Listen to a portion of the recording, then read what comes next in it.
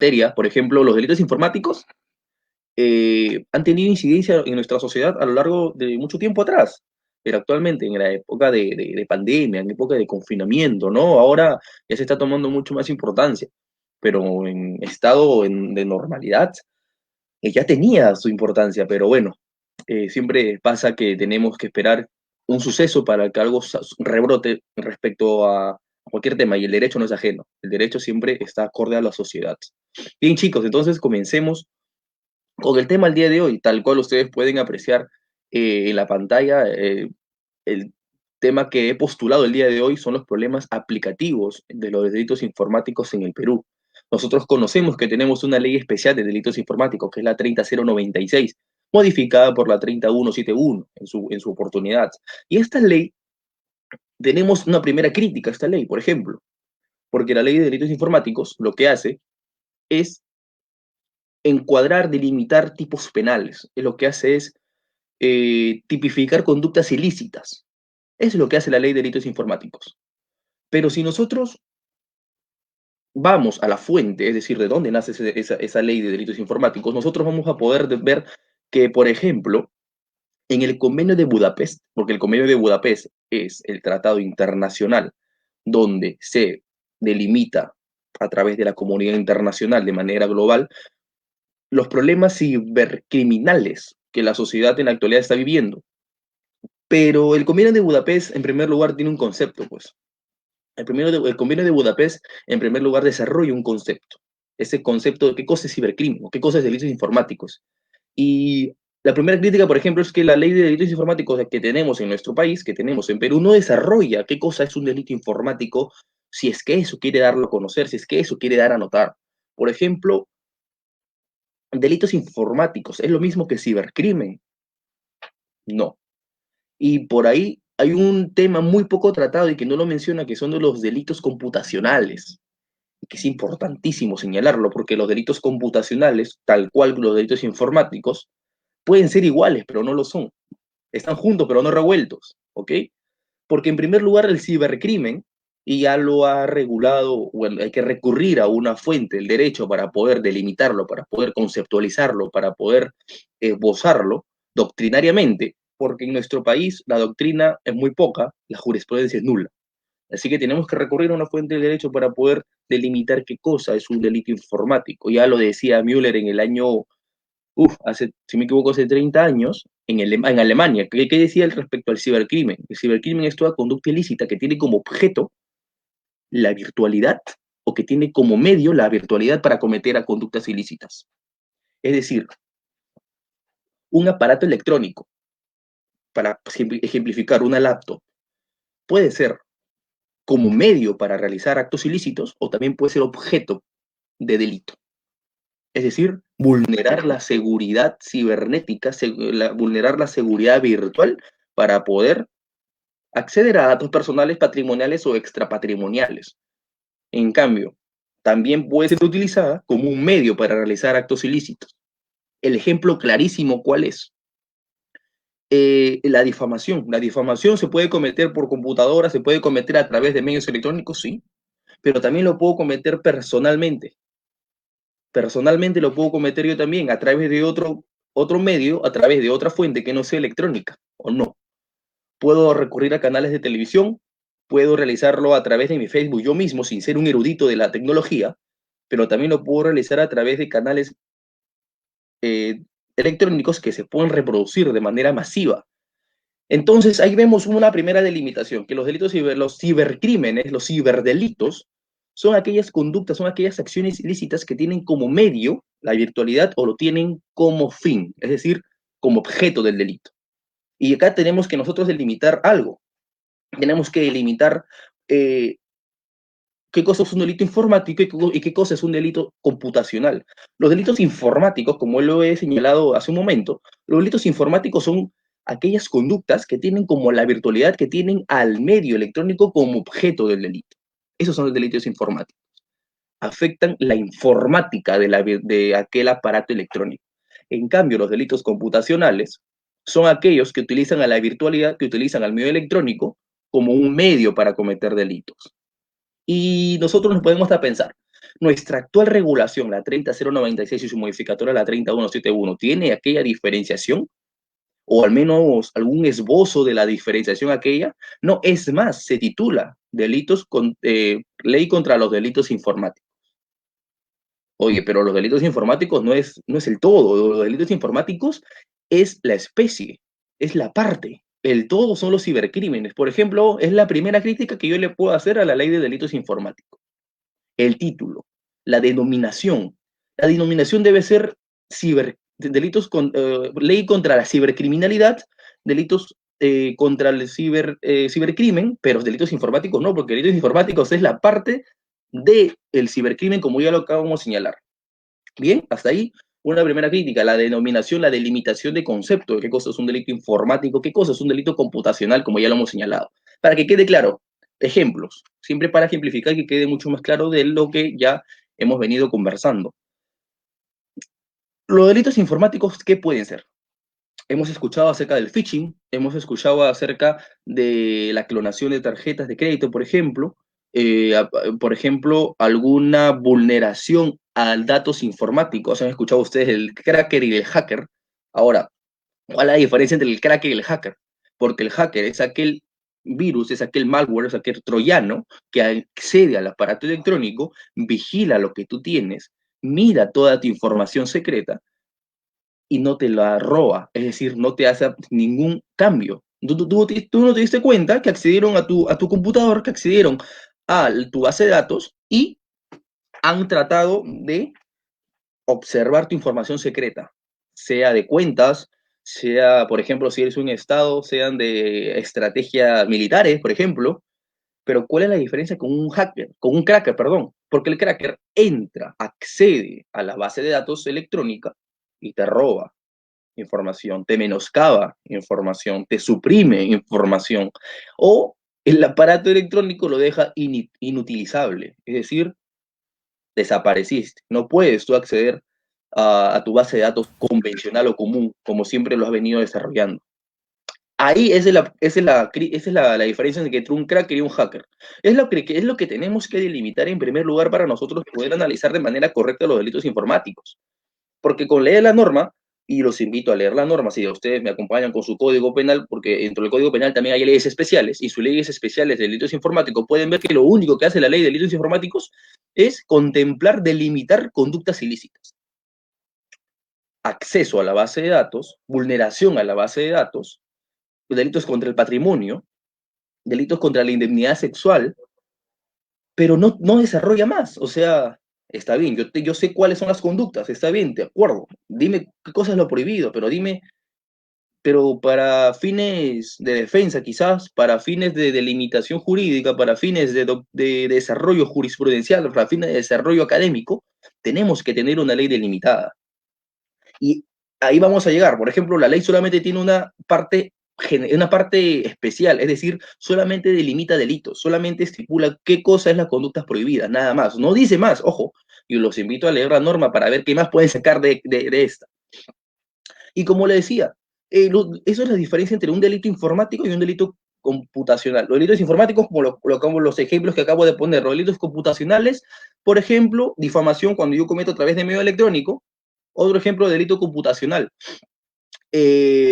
contactarme con un menor de edad para que éste envíe fotos eh, de alto calibre, fotos desnudo, y vulnere su dignidad sexual. O tenga como finalidad contactarme con el menor de edad para solamente conversar con él y que mande fotos para yo venderlo y así cometer un delito, o si no, con la finalidad de tener contacto sexual con este.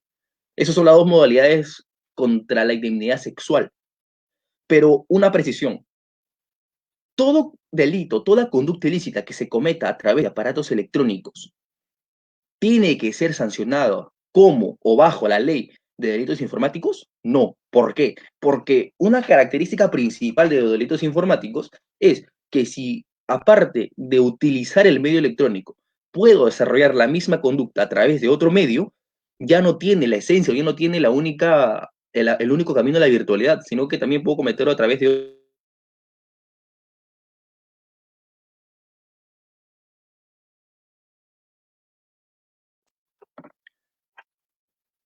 Parece que se hubiera cortado, pero bueno, confirme si se escucha, si se ve bien, por favor, porque en mi cámara desapareció eh, la transmisión, sino para poder continuar. Agradecería que me confirmen, por favor.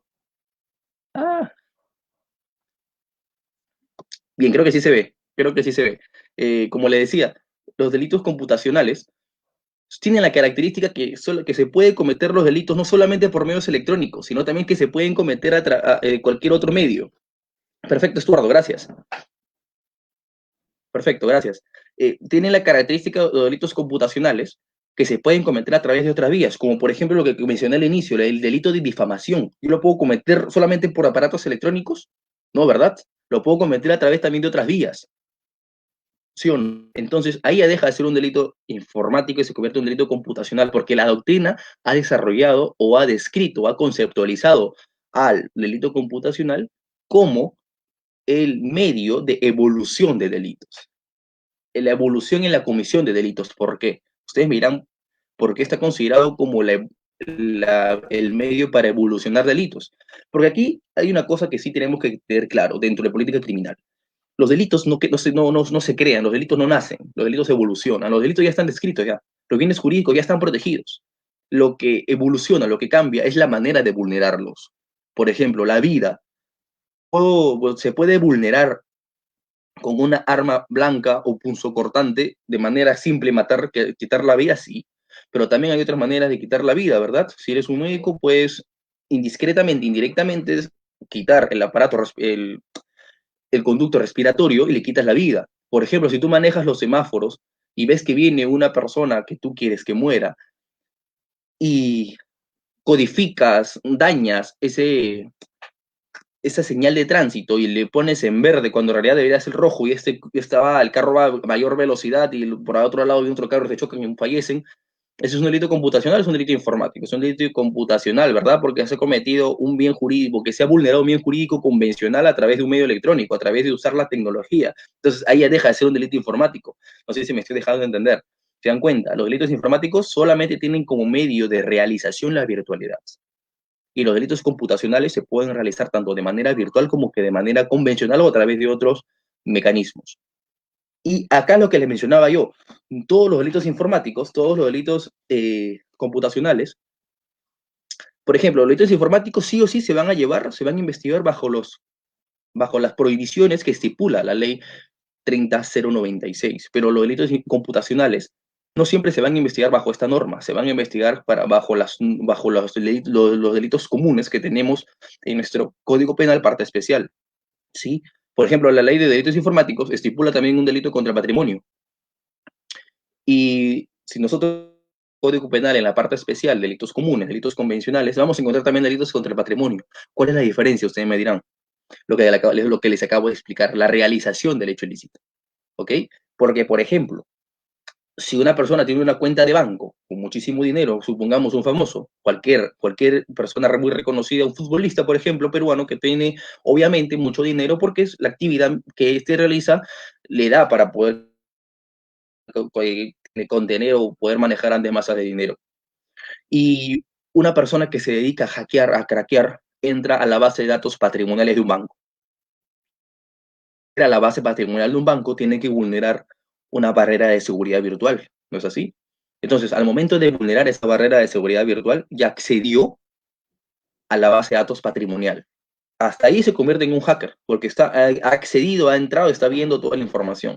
Pero ¿qué pasa si hace una transacción irregular hacia otra cuenta bancaria? Es decir, destina dinero a otro lado y agarra o transfiere una cantidad considerable de dinero.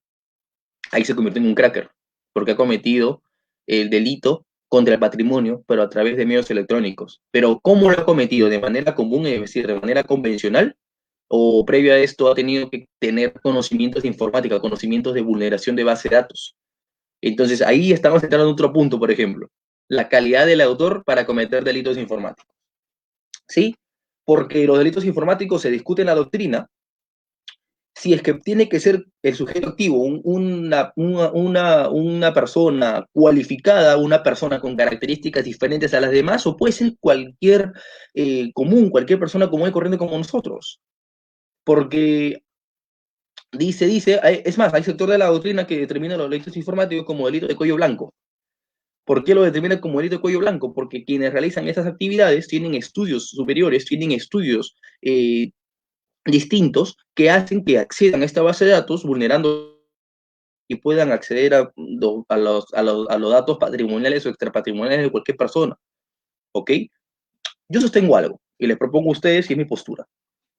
Yo creo que los delitos informáticos se pueden cometer de manera, es decir, sujeto activo puede ser una persona cualificada con ciertos conocimientos especiales, o puede ser también un simple mortal, un simple profano, como a veces se le determina la doctrina, sin conocimientos técnicos en virtualidad.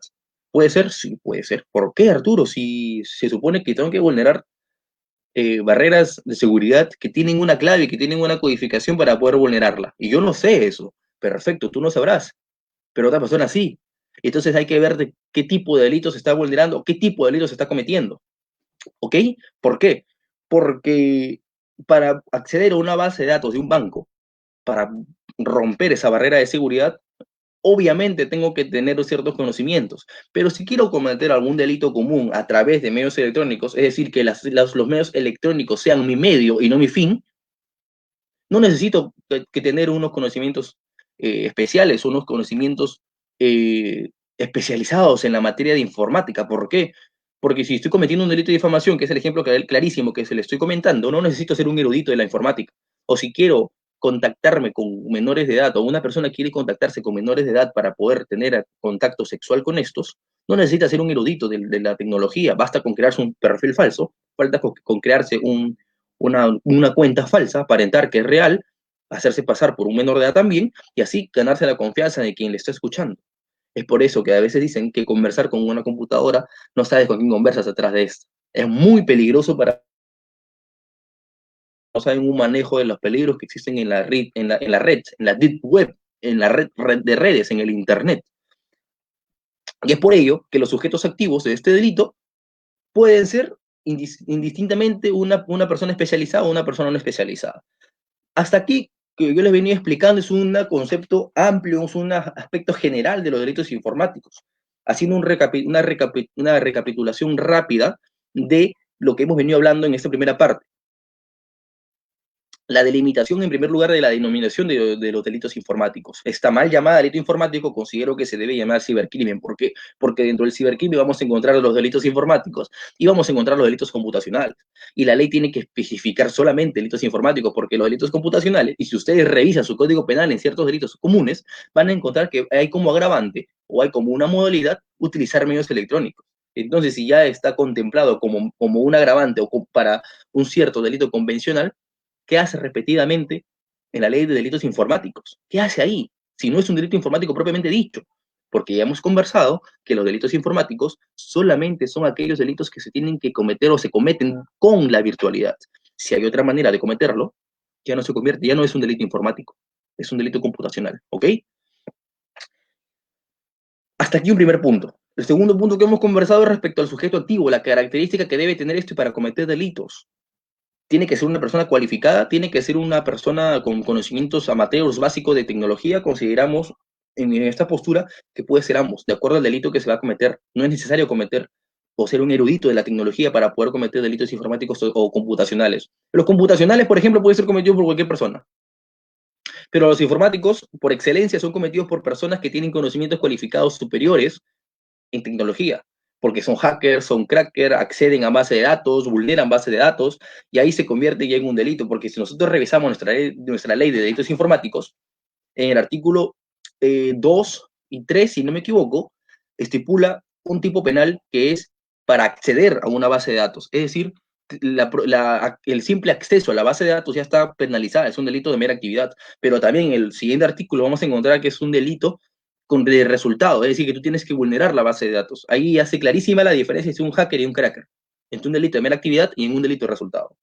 Pero ahora vamos a la parte procesal, estimados. Vamos a la parte procesal, porque es muy bonito hablar sobre la ley, y es una crítica que estoy dando, y modestia aparte, hasta ahora no he escuchado a otra persona, soy la única persona que está haciendo estas críticas a la ley de delitos informáticos. Estoy redactando, estoy haciendo un artículo muy interesante respecto a ese tema y las propuestas que quiero poner, las críticas que estoy haciendo, y creo que una solución que sería viable, al menos desde mi punto de vista, frente a esta problemática de delitos informáticos. Porque la parte procesal, estimados, nosotros, si tienen su código a la mano, me podrán acompañar en el artículo 336, bueno, hablando del nuevo Código Procesal Penal, o si no, y estamos en el código antiguo, el Código de Procedimientos Penales, en el artículo 77, vamos a encontrar un requisito de procedibilidad para poder formalizar denuncia penal o formalizar investigación preparatoria. ¿Cuál es el autor? Porque las diligencias preliminares se puede investigar un fantasma y por eso es que existen contra los que resulten responsables, ¿verdad? Hasta ahí te acepto que tú investigues a una persona que no sabes quién es delimitadamente quien ha cometido el delito. Pero si tú quieres formalizar de investigación preparatoria, quieres pasar a la etapa de investigación preparatoria formalizada, o el fiscal desea pasar a la etapa de instrucción en un procedimiento con el antiguo código, tiene que tener individualizado al autor. Porque ¿cuáles son los requisitos para individualizar denuncia penal o para formalizar denuncia penal o formalizar investigación? ¿Cuáles son los requisitos? Son tres y son muy simples. Que el delito no haya prescrito, que el hecho constituye delito y que esté individualizado el autor, porque si no se va a poder proceder, si no, no se va a poder formalizar. ¿Y qué creen ustedes? Le hago una pregunta ahorita, me lanzo una pregunta ahorita. ¿Cuántas jurisprudencias, cuántos pronunciamientos, sin importar la instancia, creen que existe respecto a delitos informáticos? No existe ni un pronunciamiento de ninguna instancia judicial respecto a delitos informáticos. Este delito me venía investigando desde el año 2016. Cuando yo estaba en tercer ciclo, me enteré de la fuente de información e importancia académica que tenía este clase de delitos y me inmiscuí a investigar junto con un docente de mi universidad que le mando un fuerte abrazo, que fue como un padre para mí a lo largo de la carrera, el profesor Peña Labrín, y nos hemos adentrado a investigar, a buscar jurisprudencia respecto a la materia y no existe. No hay ninguna sentencia de delito informático, por Dios. En pleno siglo XXI, en plena era de virtualidad, no hay ninguna sentencia de delito informático. Pues estará en nosotros tratar de delimitar esto. Entonces, lo que les venía diciendo en el ámbito procesal, artículo 336 del nuevo Código Procesal Penal o 77 del Código de Procedimientos Penales, uno de los requisitos para proceder a formalizar renuncia penal o proceder a formalizar investigación preparatoria es individualizar al autor. Y si no lo tenemos, ¿cómo vamos a formalizar? ¿Ah? ¿Por qué? Porque los delitos informáticos tienen un problema principal después de todo lo que les he contado, que es la individualización al autor. ¿Cómo vamos a determinar de dónde vino esa acción ilícita? Si queremos investigar a una persona por pedofilia, por ejemplo, se puede detectar, eso sí es cierto, se puede detectar, pero es muy difícil, porque nosotros no sabemos a través de qué computadores se está emitiendo esa conducta ilícita virtual, no conocemos a través de qué IP, hablando en términos tecnológicos, a través de qué IP se puede emitir aquella conducta. Por ejemplo, si es una cabina de internet, creo que aún existen cabinas de internet, si es una cabina de internet que se ha cometido un delito, puede ser cualquier persona, porque ahí entra solamente por ratos. ¿Cómo determinamos esa problemática? ¿Cómo nosotros sabemos a quién inculpar o a quién acusar en primer lugar de quién ha cometido el delito? Entonces ahí tenemos una primera problemática procesal. Ahora, otra problemática procesal respecto a la prueba. Y aquí es una crítica importantísima, y creo que la más importante es que la que voy a aportar ahorita y en el artículo que estoy redactando. La ley de delitos informáticos no tiene una parte procesal. Ustedes me dirán, sí, no tiene una parte procesal, pero se puede derivar o se puede llevar a cabo bajo el nuevo Código Procesal Penal. Sí, hay un problema, pero hay un problema. El nuevo Código Procesal Penal tiene esencia para investigar delitos comunes, tiene esencia para investigar delitos convencionales. No tiene esencia para investigar delitos informáticos. ¿Por qué? ¿Acaso los actos de investigación que tiene que realizar Fiscalía son los mismos en un delito informático que en un delito convencional? ¿Sí? No, ¿verdad? ¿Por qué? La prueba digital es distinta, se trata de maneras distintas, se investiga, se adjunta, se recabe información de manera distinta y no se puede utilizar a través de una ley o a través de un reglamento, porque el nuevo Código Procesal Penal es como un reglamento, porque desarrolla todo tipo de los procedimientos a través de un código que está diseñado, que está creado para delitos convencionales. Y aquí hago una analogía simple. Es una analogía que no sé por qué no lo hacen, no lo notan. Si nosotros revisamos la ley de lavado de activos, ¿qué podemos ver en la ley de lavado de activos? Que tiene una parte general y tiene una parte procesal, que determina el plazo, que determina la forma de investigar. ¿Por qué el delito de lavado de activos, que es un delito especial para investigar, es un delito complejo, tiene una parte procesal? ¿Por qué? ¿Por qué tiene una parte procesal y por qué no tiene una parte solamente especial como lo tiene los delitos informáticos? Porque la investigación para los delitos de lavado de activos tiene particularidades, es difícil, es un delito complejo que la fiscalía le toma mucho tiempo en investigar. Otro ejemplo, la ley de crimen organizado. La ley de crimen organizado tiene una parte más procesal que otra cosa. ¿Por qué? Porque investigar un crimen organizado es sumamente complejo y complicado, por lo que tiene que tener su propia ley y aparte un desarrollo procesal de esta. Y por estos dos ejemplos clarísimos, que delitos complejos que tienen parte procesal, pero la ley de delitos informáticos no tiene ninguna. Por ejemplo, si nosotros revisamos el procedimiento especial de colaboración eficaz, nos vamos a dar cuenta que el proceso especial de colaboración eficaz regula dentro de sus causales al cual se puede aplicar delitos informáticos. Entonces, están asumiendo indiscretamente, indirectamente, tácitamente, que los delitos informáticos son complejos, pero no tiene una parte procesal. Y ahí nomás hacemos una crítica. Entonces, ¿qué hace falta?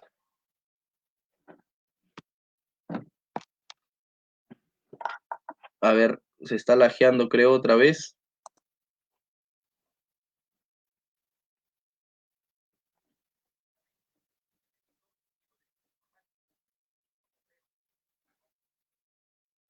Creo que sí, se está lajeando un poquito por el internet, creo yo, la hora también ya está muy saturado, pero es parte, digamos, a continuar, porque creo que se me escucha bien, al menos hasta donde yo puedo apreciar. Eh, Bien, entonces, como seguía diciendo, la parte procesal, ¿no? La parte procedimental. La ley de delitos informáticos necesita un desarrollo procesal, necesita un desarrollo que determine cómo es la manera a cual se debe llevar a cabo una investigación de delitos informáticos. Creo que es importantísimo esto. Creo que es importantísimo para poder hacer una correcta aplicación de los delitos informáticos, porque la prueba digital es distinta a cómo se recaba en el proceso común, ¿sí? Es muy distinto y es necesario una recopilación de información a través de un reglamento distinto a cómo se está o se pretende llevar a cabo con el nuevo Código Procesal Penal, porque el nuevo Código Procesal Penal, repito, está creado, está estipulado o tiene esencia para investigar delitos convencionales. Tiene esencia para investigar delitos convencionales y no se va a llevar a un buen puerto. Por ejemplo, y una de las críticas para ir culminando, porque entiendo que a las 11 también hay otro compañero que va a dar una ponencia y para no quitarle el tiempo, es, por ejemplo, que no tenemos una fiscalía especializada en delitos informáticos. No tenemos una fiscalía especializada en delitos informáticos. Tenemos una fiscalía especializada para lavado de activos. Tenemos una fiscalía especializada en crimen organizado. Tenemos una fiscalía especializada en violencia de prevención contra violencia contra la mujer. Tenemos una fiscalía especializada contra los delitos aduaneros, contra los delitos de propiedad intelectual. Tenemos fiscalías especializadas para distintas materias, para distintas ramas, pero no tenemos una fiscalía especializada en delitos informáticos, por Dios. Tenemos una policía especializada, que es la División de Alta Tecnología, la División de Investigación de Alta Tecnología. ¿Eso no nos quiere decir algo acaso? Es necesario una investigación distinta, una investigación especial en los delitos informáticos. Tenemos una fiscalía especializada, tenemos una policía especializada, pero no tenemos una fiscalía especializada. Y es ahí donde se caen los casos. Y como les digo, les repito, no tenemos ni un solo caso jurisprudencialmente hablando respecto a delitos informáticos. No tenemos. ¿Y por qué? Política criminal, estimados. Política criminal. Hay muchísimas críticas que le estoy haciendo a esta ley de delitos informáticos, pero tengo que ser justo con el tiempo y con mi compañero que está próximo a exponer en esto en unos momentos, y no sería justo que le quite tiempo, porque ahorita he tratado de hablar temas puntuales, procesales, técnicos y generales sobre sobre las propuestas y aplicación de los delitos informáticos en el Perú, ¿no? Eh, en otra oportunidad, por ahí hablaré sobre la responsabilidad penal de personas jurídicas en materia de responsabilidad de delitos informáticos, que es muy importante, porque la persona jurídica es en esencia, es en potencia el sujeto pasivo por excelencia, porque este es quien maneja grandes cantidades de datos patrimoniales o extrapatrimoniales. Bien, estimados, espero que haya sido una ponencia fructífera para ustedes, les haya gustado. Eh, Conmigo hasta una próxima oportunidad y agradezco una vez más al Círculo de Estudios de Investigación Jurídica y a Piero Vilches por su amable invitación. Espero volverlos a ver y espero que les haya gustado. Un fuerte abrazo a todos y no veo ninguna pregunta, así que bueno, ha sido un honor estar con ustedes y espero que les haya parecido interesante la ponencia el día de hoy. Un fuerte abrazo, muchísimas gracias. Mi nombre es José Arturo Matos y hasta una próxima oportunidad.